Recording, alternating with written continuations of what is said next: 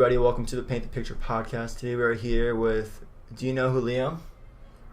Do you know Liam, dude? There's no who. Oh, that's right. There's no who. Okay, Yeah. sweet. Yeah, but just call me Liam. Don't call me by my Twitter at. Yeah.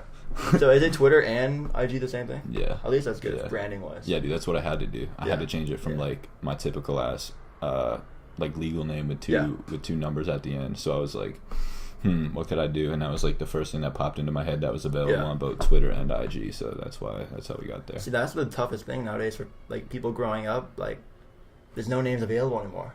Yeah. Like kids who are 12, 13, like dude, yeah, everything's stuff. stolen. And like if you want your username, like they're gonna try to charge you for it. Like I've like tried hitting up some kids. Like I wanted to get just at Liam at first, but he was like 10 grand. I'm like, okay, dude, get the fuck out of here. Like I'm not doing that. See, there's someone named who is just Caden, and I think they're like a singer, but I've never heard of them. And they're like 180,000. I'm like, there's no way I would be able to buy that. This guy's not gonna dude, sell that's it to absurd. me. I'm sure some people do though.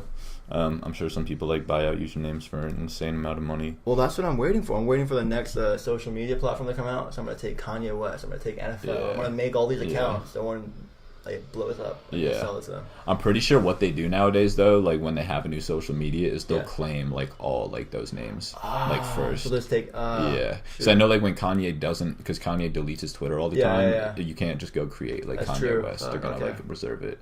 But yeah, I don't know, dude. That's a hustle though. Good luck. I gotta think of a lower scale person. You just gotta get like the small people. Mid-tier celebrity. Yeah. Okay, well, we're here at Liam, and we're gonna start off by asking you the typical question. What was the last song you added onto your phone, or that you played on your phone?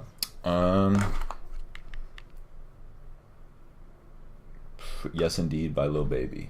Okay.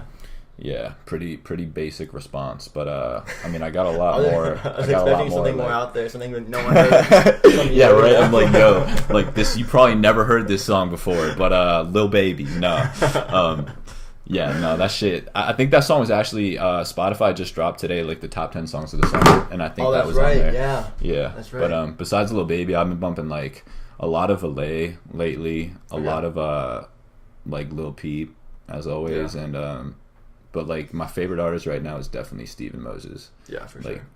He's the shit. So that's who I've been bumping a lot. But yeah, the last song I played was that Lil Baby. And you and Steven have like a pretty good relationship. Like, you're friends outside. Yeah. I met him like at my friend's house out here, back in like February or March, and then it's just like he's my boy. Yeah. So did you meet him before the video got put up on Elevator? Yeah. So like I met him, and at first we uploaded the audio of Hot Boy, which was one of his other songs. Yeah. And then like a couple weeks later, I went back, saw him, and he was like, "Yo, I have this video if you want to do it." And I watched it. I was like, "Bro, this is gonna go fucking nuts." Sick. And then it did. And then him and Trey Lyons, their careers like took off right after that happened. Yeah. They're both super fucking talented too. They have like another video dropping soon that they showed me, and it's fucking incredible. Really? Okay. Yeah. And for everyone who is watching who doesn't know, Liam is he works for Elevator. Currently editor. Yeah. Currently the editor. Yeah. But, I was the editor like for like over a year, and then like just yesterday actually we found someone new to go in the editor role, so I can like focus on more like A&R and social media stuff, because that's definitely like my strength. Gotcha. So I know you posted on Instagram how Steven was your first person to actually blow up that you upload on the Spotify. He was like the first video I had to hit 1 million. And that was definitely like good for me too, to kind of like show people that like I could like break someone or like help break someone with Elevator, because before it'd been like all basically like Brian or Hef, who were the other two people at Elevator, and they'd blown up like so many artists, but Moses was the first one that I could like kind of claim. So okay, let's backtrack a little bit then. So tell me about yourself. Where are you from?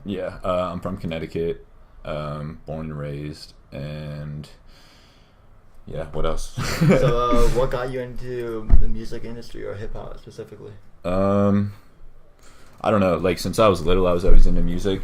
I can't really say like I had like a family member or someone who influenced me to like get me really into it, but like I just always had been a fan of music since I was a kid. And I'd say what like really got me into hip hop was like the local scene in Connecticut when I was like in middle school, like around 7th and 8th grade. It was really like taking off.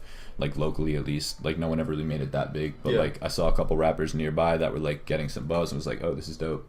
Like I like rap. I'm from Connecticut. Like let's get involved. So like ever since then, really, I've just been like reaching out to people, like trying to like get my foot in the door. Yeah. And that was like, I was like mad young. I was like 12 when I made my Facebook, and like that's how I started my networking, was through Facebook. That's so crazy. And yeah, from there it basically just went into like I DJ'd for a minute. Then I started like working for a blog when I was in 8th grade, and just like like finding new artists, sharing them on there. And yeah, that was like my first real like foot into the industry, was this blog I worked for. What was the name of the blog? It was called College of Music, and yeah, we did like a lot of different stuff. It was mostly just a blog, but we had like a really big Facebook page and would do a lot of push through there. And we had like a pretty good buzz like in our like scene back then. I don't even think our site's up anymore, which is my fault. But yeah, like we had a really good run, and yeah, but that shit's been over for a while. See, it's crazy. We're the same age, but you have 8 years of experience on me. Like you started at 12. That's but crazy. It's not even like experience. It was just me being like an eager, like determined kid. Because like I can't say anything I did before I turned like 17 really like has got me to this point, or like helped me out. Because like back then it was just all like just seeing what I could do and like trying to fuck around. But I mean, it's cool that you knew what you kind of wanted to go into at an early age. Envision it, you know. Yeah, people always said that to me. I used to want to play baseball, but then like I remember one game in Little League, I like got like hit by a pitch 2 times and like slid into a base and like fucked up like my whole leg. And like after the game, I was like, how am I supposed to do this for the rest of my life if I'm like gonna get hurt? I was such a pussy. So at that point I was like, all right, music. That was like the only thing I was passionate about besides baseball at the time. I mean, I would have never gone pro anyway. I was terrible. I didn't even make my high school freshman team, but like that was the goal for a minute. So there's no team in Connecticut. There's no what? There's no baseball team in Connecticut, right? Oh no, I was a Yankees fan. You're a Yankees fan? Yeah, I lived in Connecticut. Like most people don't know like where Connecticut is. Yeah. But I lived like an hour train ride from Manhattan. So like, I hop on the train in my town, in an hour I'm like at Grand Central. So like that's the city like that I live nearby. Yeah. I don't really like consider like anywhere in Connecticut to be a major city. So like New York is definitely like the home base. So I'm like a Yankees fan, Giants fan, all that shit. Gotcha. And I think the only thing I know about Connecticut is just Yale, and that's the headquarters of ESPN. Yep. Like, all I know. That's about it. I mean, there are a lot of different headquarters there. Yeah. Like, it's so random, but like I'll just be reading like a shampoo bottle or like a shaving cream bottle, and it's like produced in Stamford, Connecticut. I'm like, oh shit, had no idea. But yeah, there's really nothing there. I mean, they got like, we got some cities, we got like a lot of colleges and stuff, and it's nice. Like Connecticut's super nice. I miss it sometimes, but definitely not that much. Yeah, you like it out here more? Yeah. I mean, like more. I don't know. Like it's there's pros and cons. There are pros and cons to each, but I definitely like being out here more. Like I'm way more like happy out here. Yeah, for sure. And who is your favorite Yankee player of all time?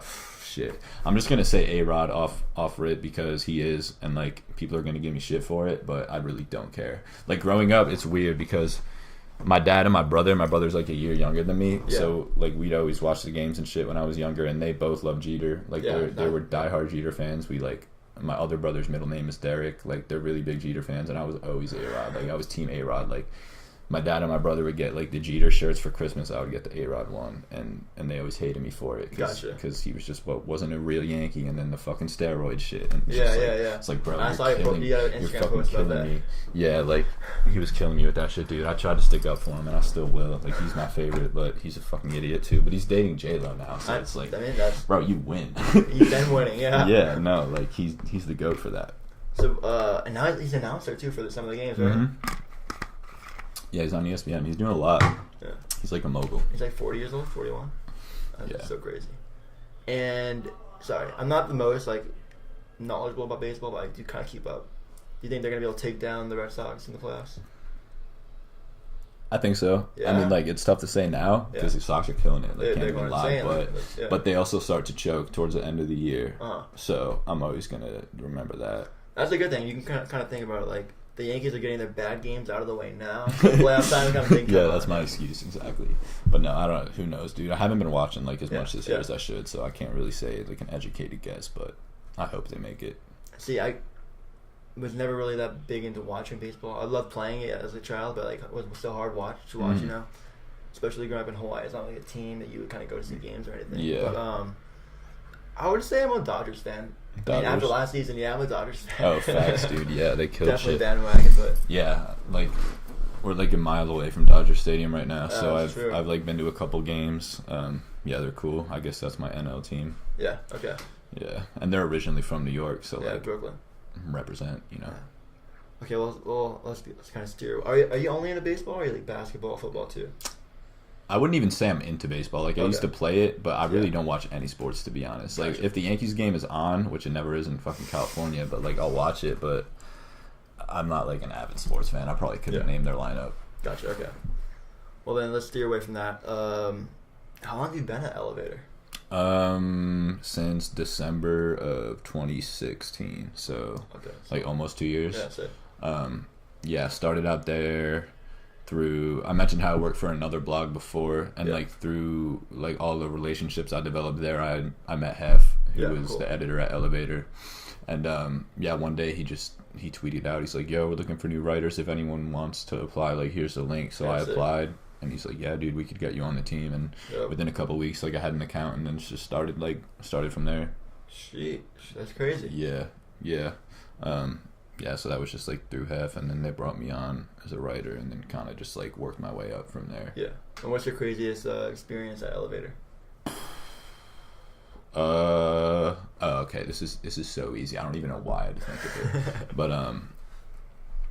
we were shooting, we did like a documentary with Uno the activist in New York that my friend Mike at Elevator set up, and it was like a documentary, like a film thing, and it was a day in the life. So we basically like started at his hotel, we went to like, I think like a sound check with him, we went to like a thrift shop, just like kind of like followed him around and shit. And then when we were like at the thrift shop, he got a call from 6ix9ine saying to pull up to the studio. So we went to the studio, and this was like before 6ix9ine was big. Yeah. And it was the craziest experience I had at Elevator, because when we pulled up to the studio, he was mastering Gummo. So like I heard Gummo like probably like a month before it came out. Wow.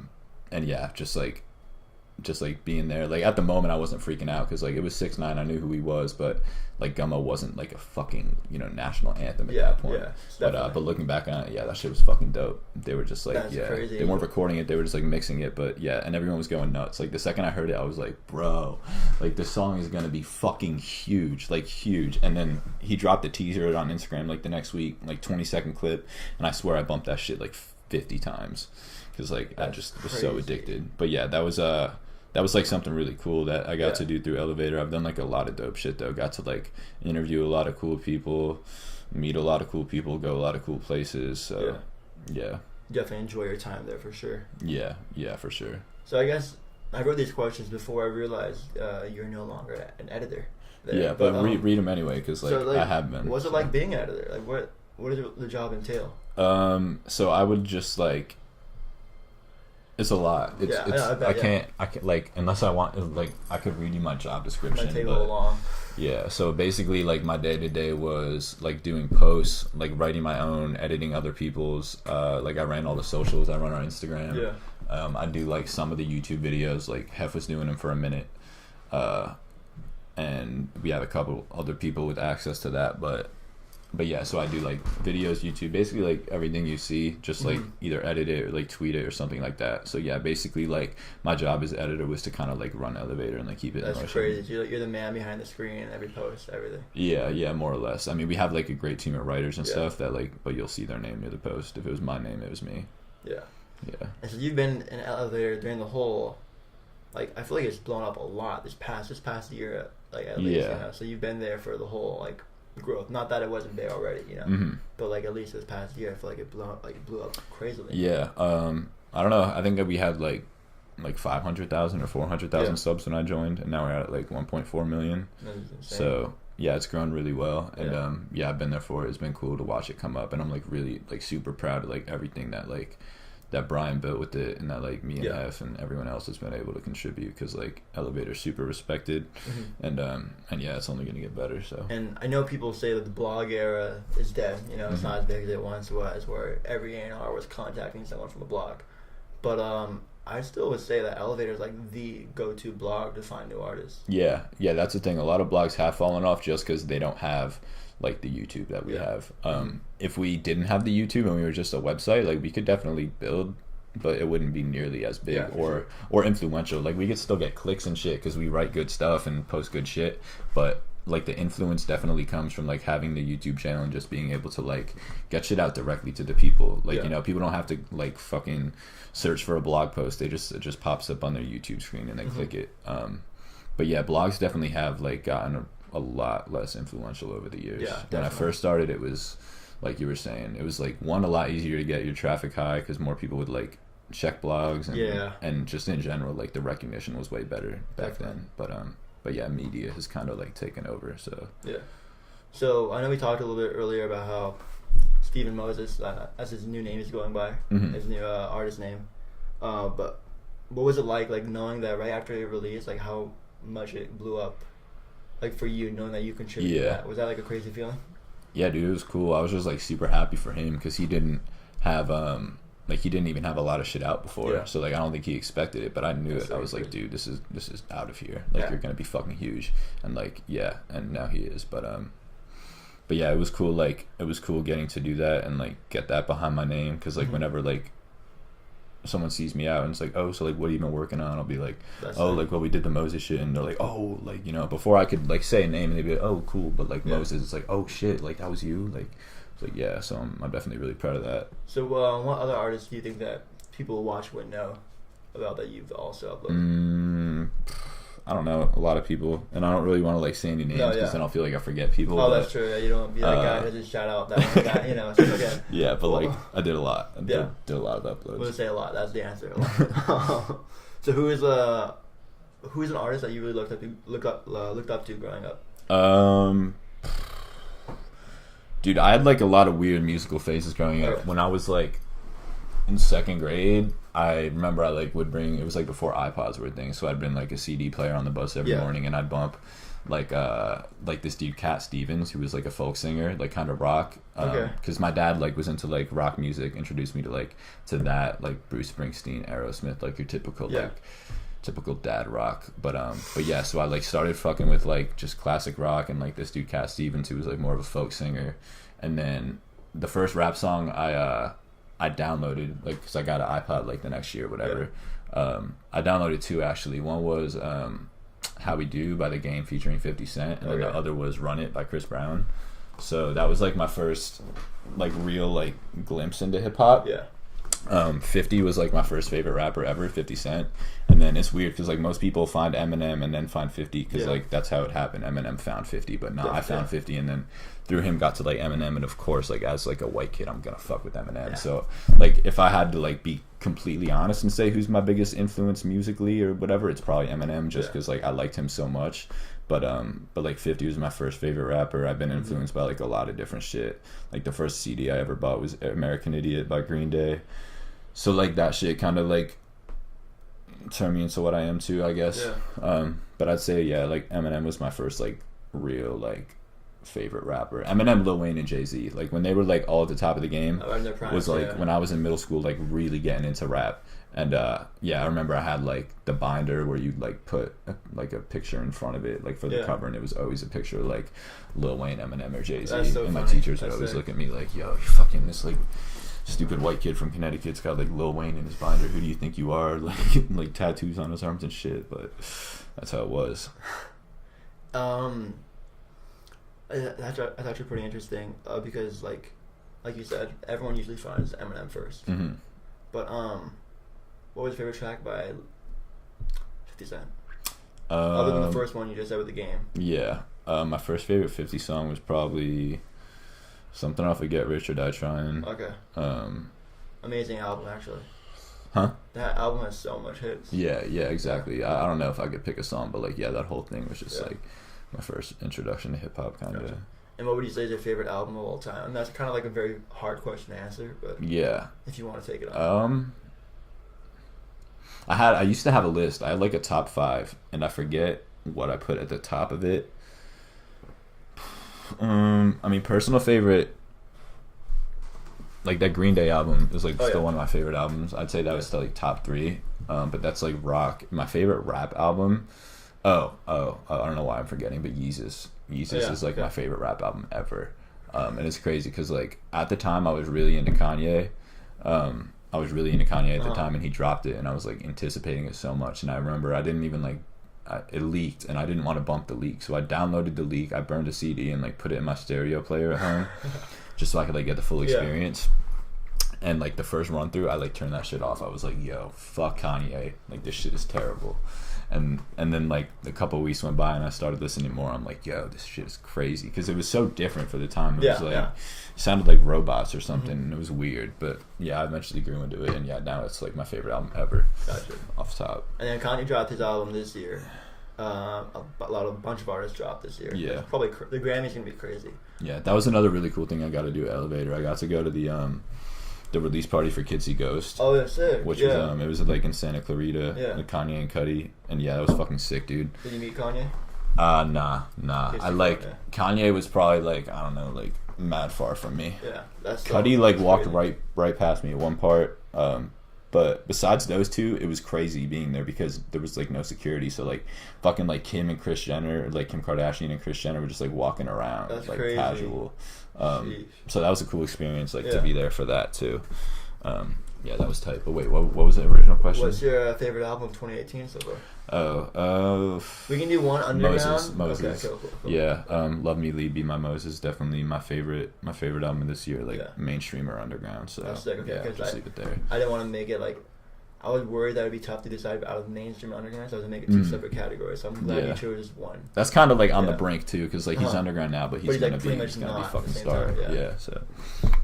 And so, because you work at Elevator, you see so much artists come by you every single day or send you links every single day. Mm-hmm. What is something you look for in upcoming artists, and what do you think artists should work on? I think I used to look for a lot more in an artist. Like I used to be like, oh, like what are the followers like? What's his image like? But nowadays, dude, just good music. Like if the song's good, it's gonna be good. Yeah. Like you're gonna be good as an artist. So like literally nowadays, I mean, other things obviously contribute a lot, like image and stuff. But at the end of the day, it really all is about the music. And that sounds cliche, but like people don't get it. Like that's really just what everyone gravitates towards. And like a lot of the music today is like marketed towards a certain audience, and it works, but like it needs to be good. You know, it needs to be good before like you even like worry about an image or worry about like fan base and that shit. So if someone sends me something, if I like the song. I like the song, and that's really just how it goes. So that's your advice, then just focus on the music. Yeah. For sure. Yeah, I think a lot of people are too concerned about like social media and shit, which like is good because that's super important. But but if you make good music, at the end of the day, it's gonna get found. Yeah, like the thing is, you could like be popping on Instagram and make music, and your music would do well, but if you made incredible music and didn't even have an Instagram and just like uploaded it to Spotify, like people would find it and people would listen to it again. Like you really don't need something, but it like social media and shit does help for sure. Yeah, for sure. And so now that you're taking on an A&R role at Elevator, what are some of your like career aspirations and goals going forward? Well, I want to like help Elevator with like turning into more of like I don't want to say like a label or like management company, but I want to work closer with the artists there and like really help them like their careers take off, because we can break an artist like as we've shown in the past, but I want to be able to like break an artist and then like stay with them and like keep pushing them, like help build a fan base for them and shit. Definitely. So that's the long-term goal, is to just like really help artists like get their careers together, get the exposure they need, the connections they need. That's like my end goal with Elevator. I mean, you're definitely at a great place. I mean, to do any of those, you know. Yeah, awesome. And I'm really excited to start, so it'll probably start pretty soon. Yeah. Where do you see music going forward? Do you see Spotify becoming kind of a gatekeeper with their playlisting? Oh yeah, I mean they already are. They're pretty much are with their rap category and everything. But eventually Spotify is gonna like take over the world. But I personally think that Apple Music will be like a bigger streaming service in 10 years, because just Apple. Like Apple's smart as fuck. Yeah. You look at them now and like they have a shitty interface. They have a lot of other like really bad like traits about their app and shit, but they know what's up. They know they have problems. They're gonna fix them and they're gonna take over, because it's just Apple versus Spotify, which is like at the end of the day just a pawn to Apple. Which is crazy because Spotify, I think they put their numbers in, they still haven't made money. Like they're spending so much money, and their rates are pretty cheap. But Amazon, or not Amazon, Apple, they're losing money too. But they have so much other avenues where it doesn't matter. They can lose money right now. Because the long run, they're gonna be making money. Yeah, no, exactly. So they know what they're doing. Do you think that? I mean, it's pretty much obvious, but do you think that Spotify and Apple are gonna become labels themselves? Yeah. They'll definitely end up signing shit, and I don't know, like if. Like long term, if they only playlist their artists and shit, like they could have a monopoly, like everyone just signed to Spotify. But I mean, who knows how that's gonna work out? But yeah, they'll definitely play a huge role in things. And what do you think about the current status with SoundCloud? 'Cause I know they went bankrupt for a bit, but I think SoundCloud is like slowly on the decline, but they still have like a really big influence in like up and coming artists and shit. Like you're not gonna listen to like no one mainstream on SoundCloud, but all the underground's there because it's like the most accessible. But yeah, I think SoundCloud is just gonna like stay stagnant. I don't see them leaving the space anytime soon. And nowadays, I think one of the big questions that comes to every artist is once their music starts popping and labels start calling, is do we sign to a label now or do we wait, put another album out and sign after? Like once we get even more momentum, where we have more leverage. Do you think that more artists are gonna take the independent route going forward? You know, kind of following the Chance route, or you think? Do I think they are? No. Okay. I know they're not gonna, just because like a lot of people will see money and see like the opportunity that a label gives them and just go for it, which is like smart in some cases. But some people should focus on staying independent and like building it up more. But it honestly just all depends on the case, because like some people, some people are ready to sign. Some people have like the sauce that like a record label wants, and then some other people are just trying to like. A record label's just trying to like use them, so it's really like depends on the situation you're in whether you should sign or not. But I don't know. I mean, it's really tricky. It's crazy too because you can sign a contract early on in your career, and by the end of it, you can be a huge superstar, and then you're not signed to them anymore. So you have all the cards, you have all the leverage at this point because they made you a star, but now you have no like obligations, and that's what's going on with Taylor Swift actually. Like she's out of her deal. And she could go independent if she wanted to and do just as good. Yeah. And keep all the profits compared to... I know that's not even hip-hop related, but that's something interesting to see going forward where labels might start losing their leverage towards artists. Yeah. But, I could see that. But, like, also a label, like, holds so much power and shit, you know? Yeah. Like, if Taylor Swift ever tried to go without a label from the jump, she wouldn't be where she is. Oh, not at all, yeah, I don't know. It really all depends on the case. And that's the crazy thing. Wait, has Juice WRLD ever been released by Elevator in the past? Yeah, so Brian, my boss, uploaded like 2 of the tracks. Yeah. Like, I don't know, I think maybe 5 or 6 months ago, like before like he had the Lyrical Lemonade. Yeah, before he had the Cole Bennett shit. Yeah. But we weren't like super early on Juice, but yeah, we definitely were like relatively early. Gotcha. And so what is it like working at Elevator? Because it's not like a specific office, is it? Yeah. I mean, we're working on getting offices in Chicago because that's where we're based. Yeah. And Brian has had an office there in the past, but yeah, right now it's just like we just work out of wherever we need to. Yeah. And it's cool. It's like it's a good like collaboration. There are a lot of people on our team, and like a lot of people contribute to it. Yeah, it's fun to work there. That's cool. And you kind of work from home and do everything. Yeah. That's sick. Yeah. And so before you worked at Elevator, you worked at a different blog. And what would you say is the most like the biggest thing you learned in all this experience working for these blogs? I don't know. I think one of the best things I've learned is like how to market something and how to like get people to like want to click on something or get people interested in some shit. Yeah. Like it's a lot more than just like posting a song and then like doing some basic ass tweet about it. You kind of got to make it intriguing and like market it towards them. So I think like the most useful thing I've learned is how to like engage an audience. How to keep an audience engaged and shit like that. Yeah, just like learning how to market things correctly. Interesting. I guess that's a lot of things that don't go through an artist's mind when they're releasing music. It's like, I have a song out, I'm going to release it, hopefully it pops. But there's a lot of like planning that should be put behind it in order for it to succeed in the way it possibly could in the end. Yeah, there should be like a lot more like creative ideas and creativity and shit out there around around songs and whatever artist release, whether it's like an album or EP, because like it really goes a long way if you do like, say you like drop a single and also have like you release like a t-shirt, like a cool piece of merch that like has to do with the song, and then that shirt like becomes big, or like planning an event or some shit.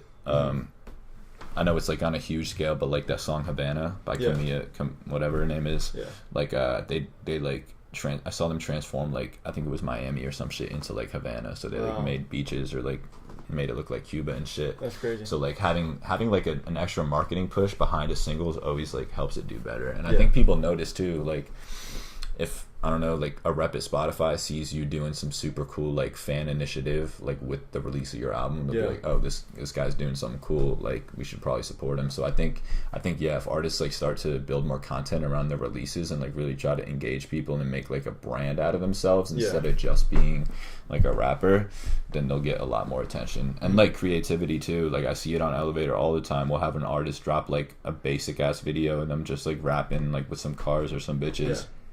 And like it does well if the song is good, but if they had like taken the time, or I don't want to say taking the time because like that sounds really like ignorant. Like I know they take time to like direct their videos, but if they like thought of a different concept that just more like publicly, or like I don't know, like like publicly oriented, not like bitches and cars. If they did something more interesting, like something that, because I don't want to watch that video 5 times again. I want to see a video that's like got so many intricate things. I want to like I need to watch it 5 times again to like understand it fully.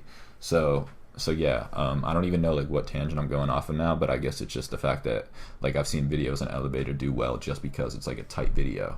So like if you put like a tight video and a tight song together, it's going to go even crazier, as opposed to like a good video, like a really good song versus like a really good video and just a decent song, you know?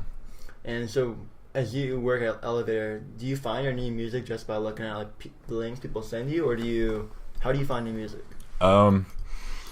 Well, like a magician never reveals all the secrets, you know. But some are through submissions. I have like relationships with some artists. They'll just like DM me shit. But like, bro, one of the like best ways to find new music is through producers, artists, or just friends. Like that's a lot of times. Like I'll hear like a really poppin' like artists like from a certain area, like for example Connecticut, where I'm from. Like if I find like a dope rapper there, I'll be like, yo, who are your friends, like who are you fucking with right now? Because then they'll point you in direction of like other people that are tight. So yeah, I think one of the best ways to find new music is through artists and producers, for sure. Interesting. And friends that are just like hip to shit, just like asking what people are listening to.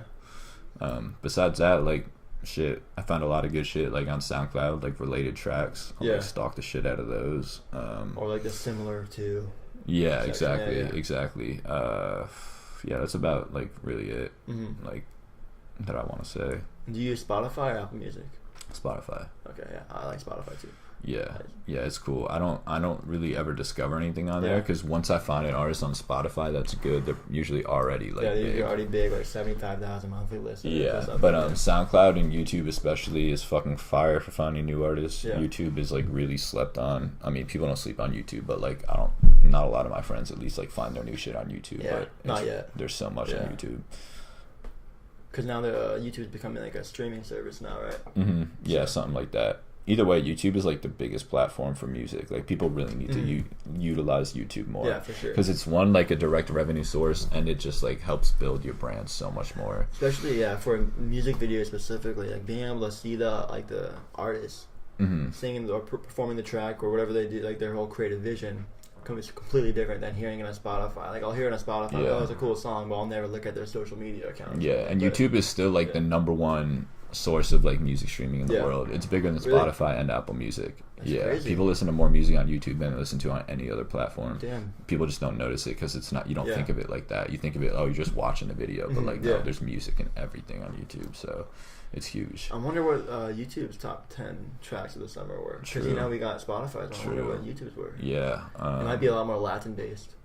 Yeah, it'll just be like the viral shit. Like fucking. Trying to think, like what would one of the huge ones be? I like it. Has Lil Pump had anything crazy? Like did Lil Pump have a massive video recently? No. And then maybe like Bad Baby, something like that. I don't know. It'd be some viral shit. I already know. But then there'd be like the Cardi B's, the Drakes. Yeah. Only reason I say Cardi B is because she did that track with like Bad Bunny. So like, that song is a fucking hit too. Yeah. Like she killed that. Here on the radio, every single hour is always on. Mm-hmm. Drives me crazy. Mm-hmm. But like now I like the song. So that Latin sound is like really hot. Yeah. After Despacito. Mm-hmm. Which I like, dude. I think I listened to that song once ever. Like I didn't even hear it on the radio because I don't like have a car and I don't. Yeah. Oh, that's true. I don't like listen to the radio that much aside from that. So it was like the #1 song in the country for a minute, and I just hadn't heard it because I didn't really care to. Good for you. I mean, that's tough. That's like almost impossible not to hear more than once. Yeah, no. But let's talk about that. You don't have a car here. What is that like? Shitty. Yeah. Shitty, dude. I like just Uber everywhere basically, and like rent a car sometimes. And you don't recommend it? Recommend what? Not having a car. Because you do save if you money. can afford it, you should do it, but it is expensive. It's really expensive. So, I mean, car insurance is crazy out here. Yeah. Especially being our age. Oh, dude, it's ridiculous, bro. Yeah, I think my coverage would be like $250 a month or something, which is just absurd. Especially if you ever got in an accident before, it's like, damn. It's almost like impossible to ever get a car. Yeah. I haven't. I'm the best driver ever, but... but still, 250 is like ridiculous. Mm-hmm. Ridiculous. See, I think I'm still under my Hawaii plan, so damn, they don't know I'm out here. That's driving. clutch, So dude. That's I asked my dad. I was cheaper. like, so what if I had bought my insurance in Connecticut? Like, could I just go drive in California? And he was like, no, but so I'm like, okay, maybe I'll do that because it's literally like $150 less a month. in Connecticut. It's crazy. Like, it's what weird. the fuck, yo? It's messed up.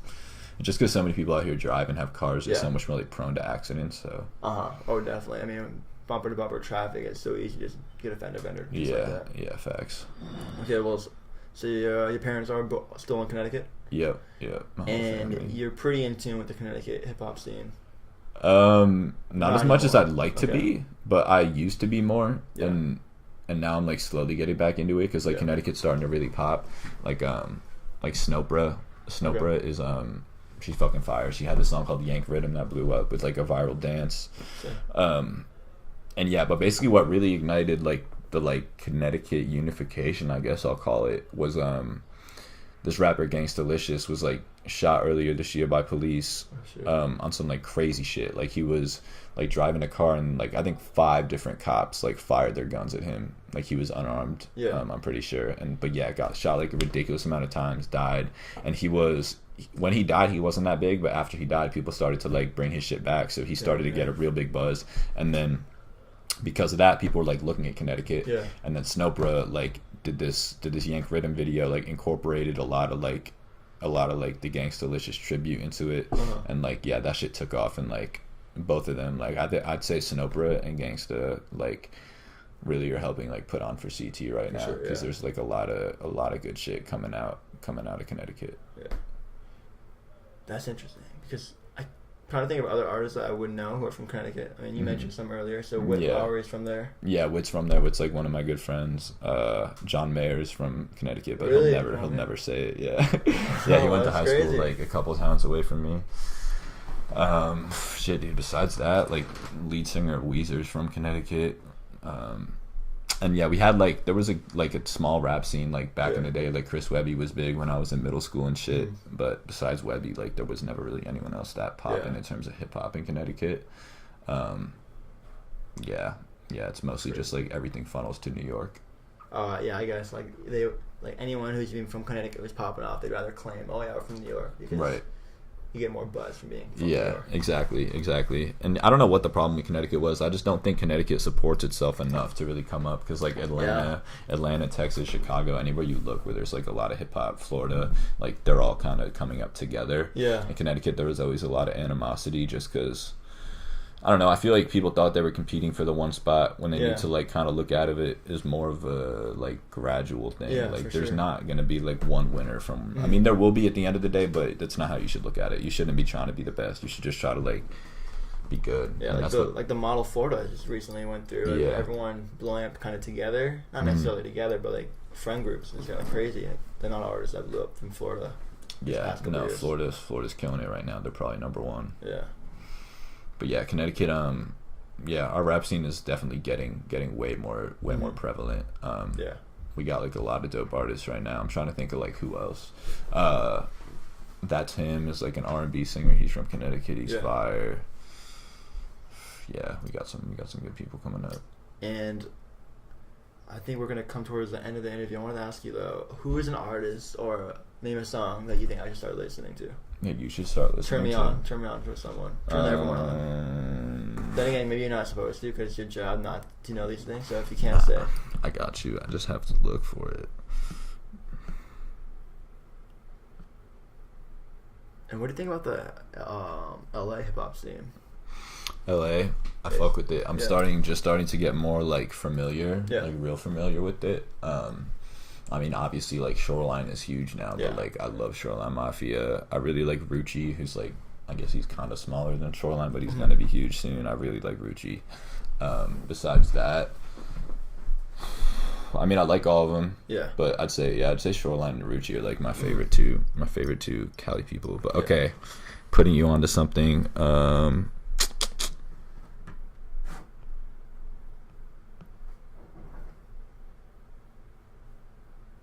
Okay, have you heard of Kill Zero? No. Kill Zero's fire. He's Kill Zero. I'm not sure where he's from. He's anonymous, like he doesn't have pictures of himself and shit. But yeah, he's fucking fire. That already sounds sick. He has a song with Juice WRLD and like some other really big songs, and yeah, he's gonna be fucking huge. Crazy. So he's tight. Yeah, how about you? Put me onto someone. See if you can name someone I don't know. See, I have an advantage because I'm from Hawaii. No one knows I'm from Hawaii, but this is really sick. I'm gonna be non-biased. There's an artist named Captain who's really sick. Word. How do you spell it? Captain. Yeah. I'm trying to steer away from not saying anyone like I actually have like direct connections with. Yeah, same. That's why I was like. That's why. But yeah, Captain's really dope. He had a great EP called Cap Don't Stop that recently came out this past summer, and he has a really sick sound. Word. Yeah. Cool. Yeah. Kill Zero's fire. He's I don't even know how to describe it, but he's gas. I'm gonna look him up right after this. Yeah. Once I get Wi-Fi. And Hanzo too. Hanzo. Hanzo. He's from Atlanta, and he's like a producer and an artist. Yeah. And yeah, he's killing it on both ends right now. Like his solo shit is fire, and he's gonna get some crazy beat placements too. Apparently, shit, so that's crazy. He should also be on your radar. Well, I got everything down. I'm gonna check him out. Tight, dude. Thanks so much for being on here. Hell yeah, bro. Yeah. My first interview ever. Really? Hope I didn't fuck up. Usually the other side.